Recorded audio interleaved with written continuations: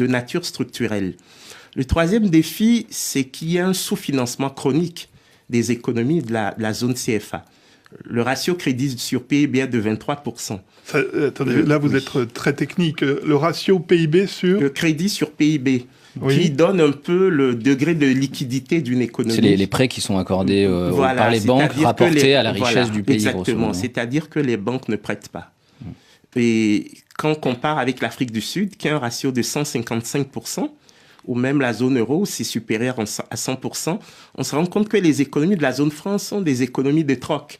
On échange des moutons contre des poulets. Il n'y a pas d'argent qui circule dans ces économies. Vous pensez que c'est lié à l'existence du franc CFA Oui, parce que si vous ouvrez les vannes du crédit, comme nous importons beaucoup, parce que nous produisons très peu, ça fait fuir les devises. Et à un moment donné, nous ne pouvons plus supporter le taux de change entre le CFA et l'euro. C'est purement mécanique.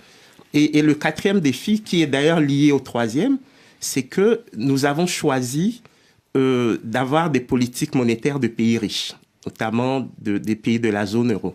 C'est-à-dire qu'il n'y a aucune ambition de croissance économique.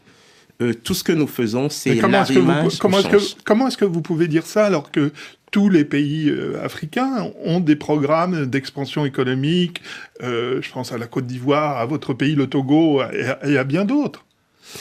Mais non, c'est simple. C'est ce qu'on appelle l'incohérence des politiques publiques. C'est-à-dire qu'il y a une certaine facilité à se réfugier derrière l'euro et à s'interdire d'avoir une réflexion endogène sur la manière dont on peut utiliser les leviers économiques, notamment le budget et la monnaie, pour financer l'économie et promouvoir la croissance et une croissance inclusive.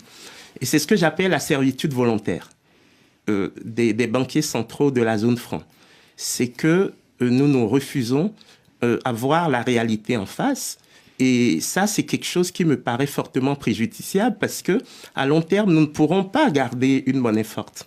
Vous savez, quand le secteur réel s'effondre, comme c'est le cas dans nos économies, que vous ayez beaucoup de réserves de change ou pas, elles finiront par s'amenuiser d'elles-mêmes et il faudra dévaluer à un moment donné. Et donc là,